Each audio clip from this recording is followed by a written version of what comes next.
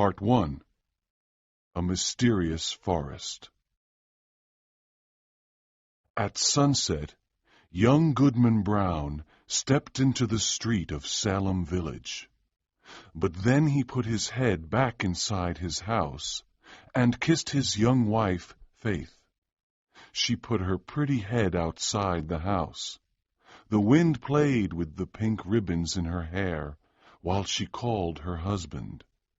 "Dearest love," she said, "please leave in the morning and sleep in your own bed tonight. Please stay with me tonight, dear husband."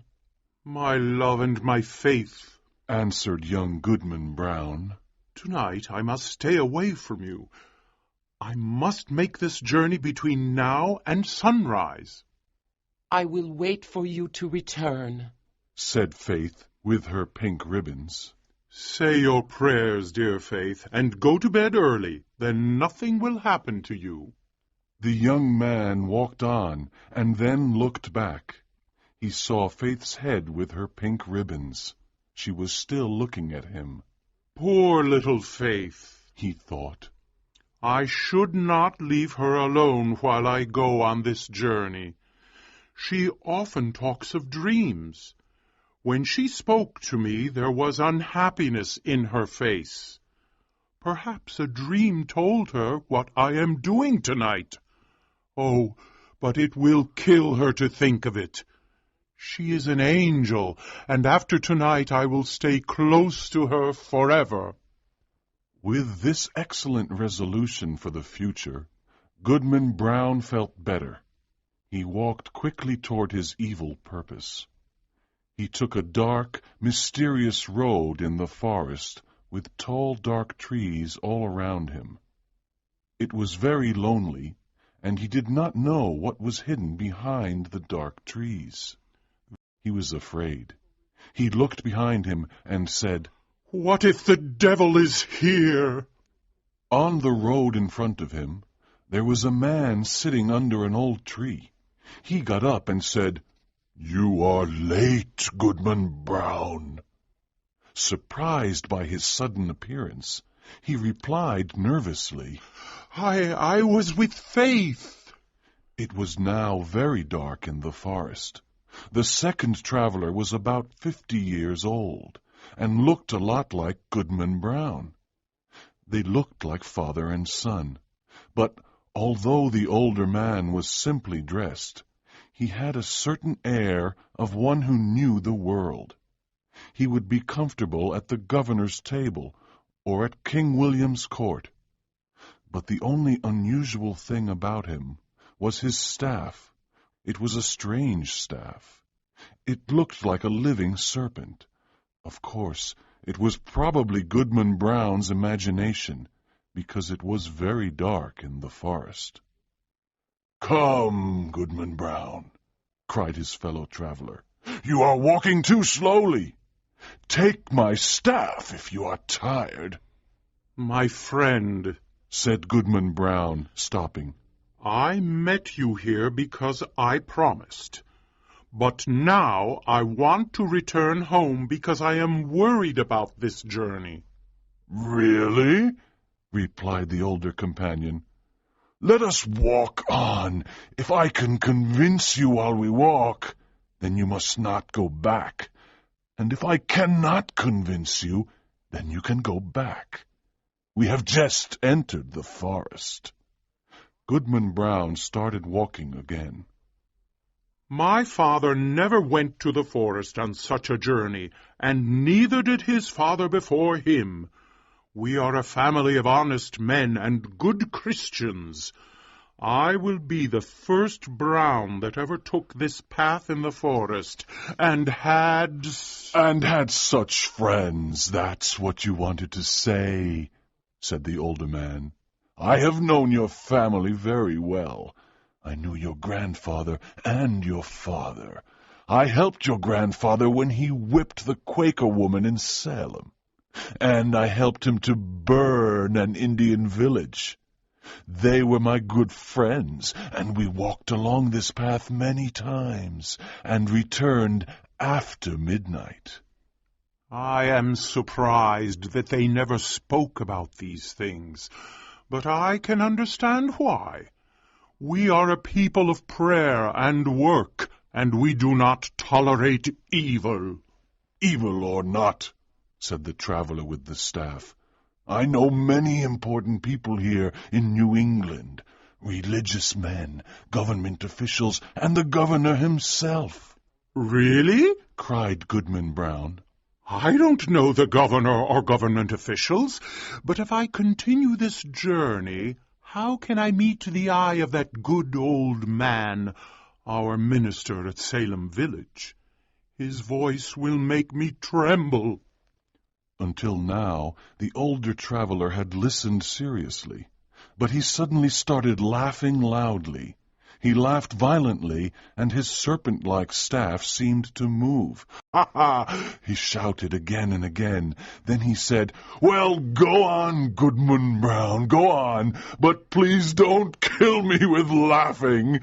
To end the discussion, said Goodman Brown angrily, there is my wife, Faith.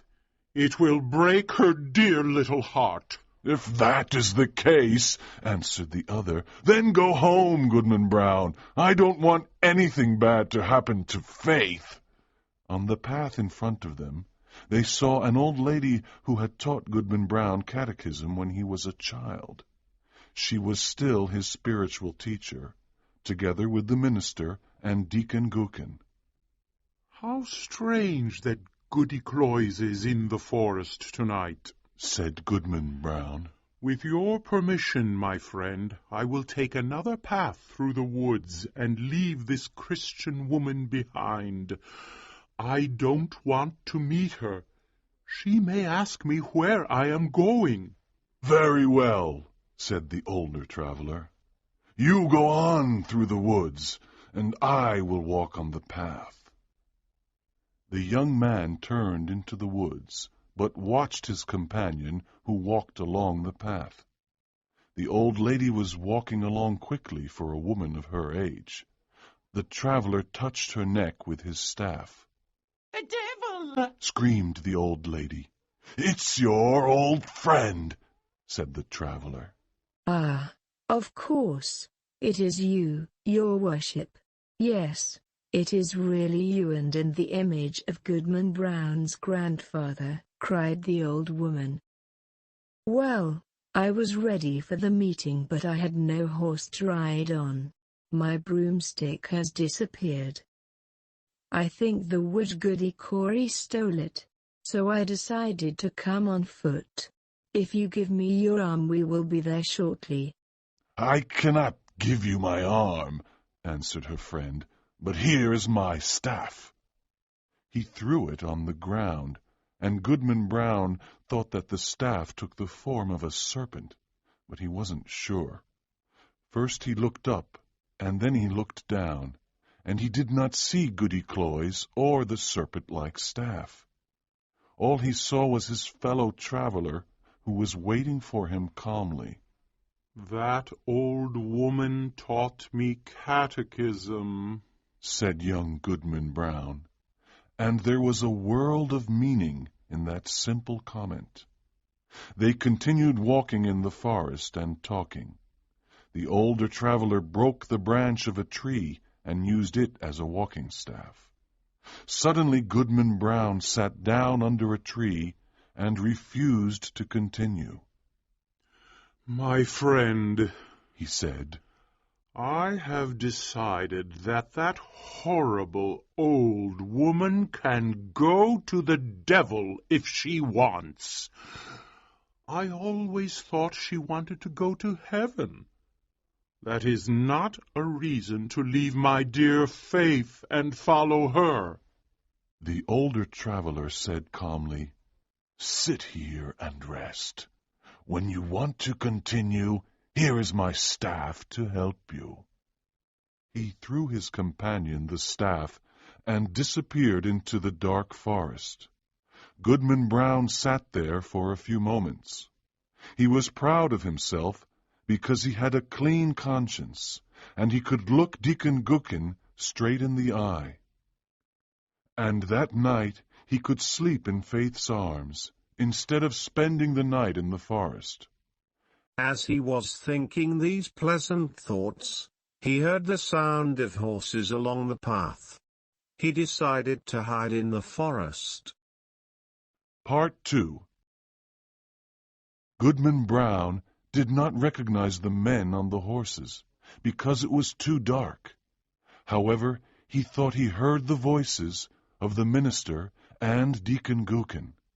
The voice that sounded like the deacon's said, "I can't miss tonight's meeting. There will be people of our community from Falmouth and others from Connecticut and Rhode Island. And there will be a men of magic who know a lot about devilry. There will also be a lovely young woman who will join our group." "Very well, Deacon Gookin," replied the old minister. "Let us go quickly. We must not be late." The horses galloped through the forest. Goodman Brown was very surprised, and his heart was heavy. He looked up at the sky to see if there was a heaven above him. He saw the sky and the bright stars. With heaven above and faith below, I will resist the devil, cried Goodman Brown.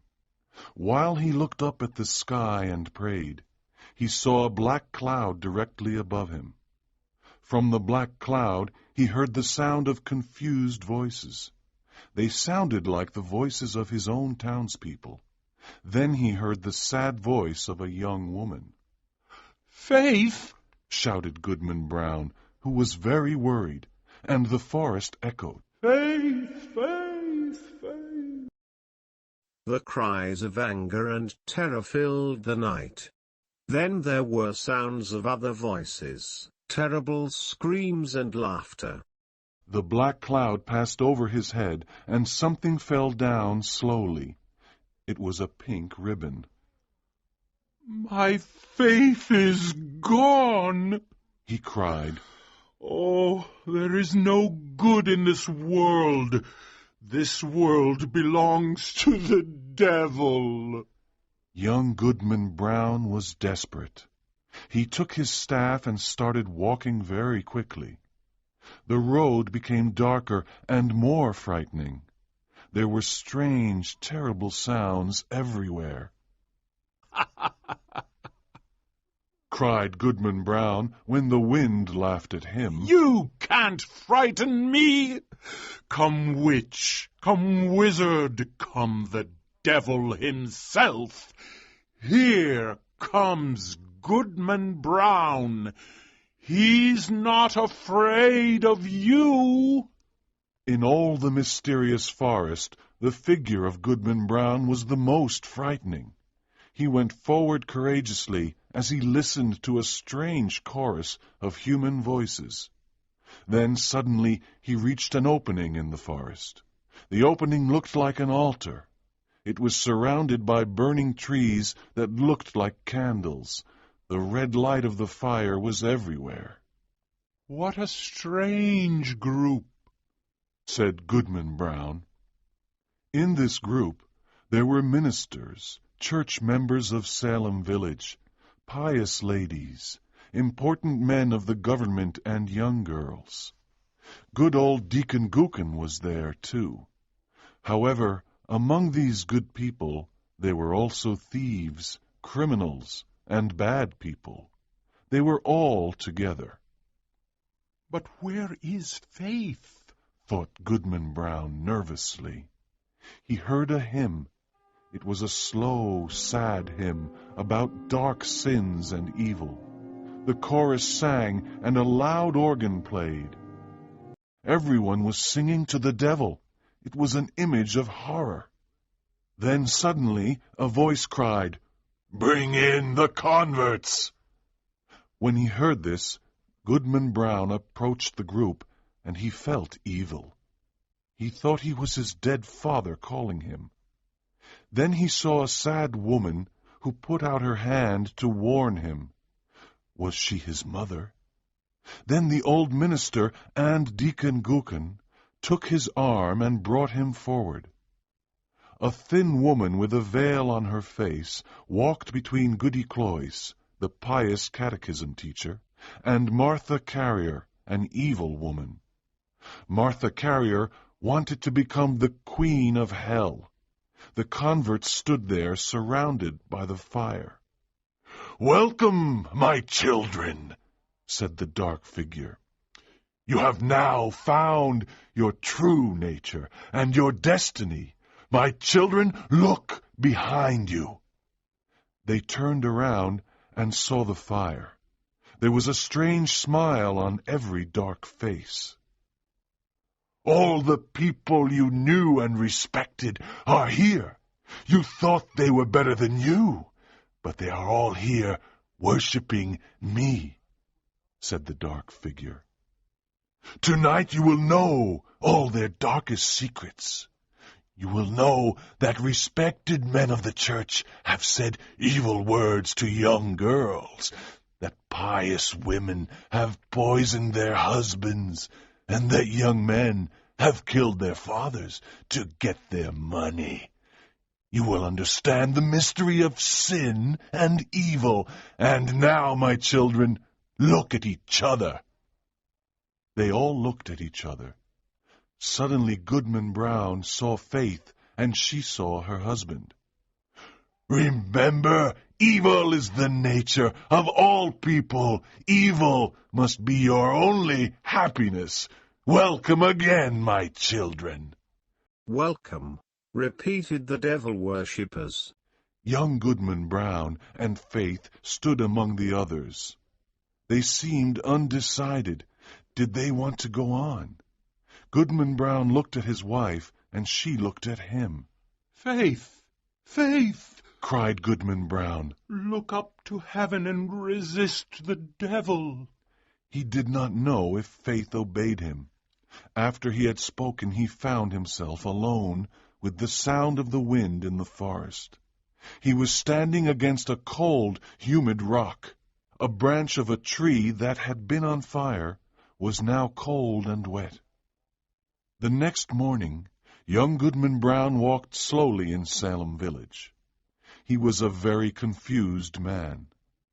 He saw the good minister walking near the cemetery and preparing his sermon. Goodman Brown avoided the old man.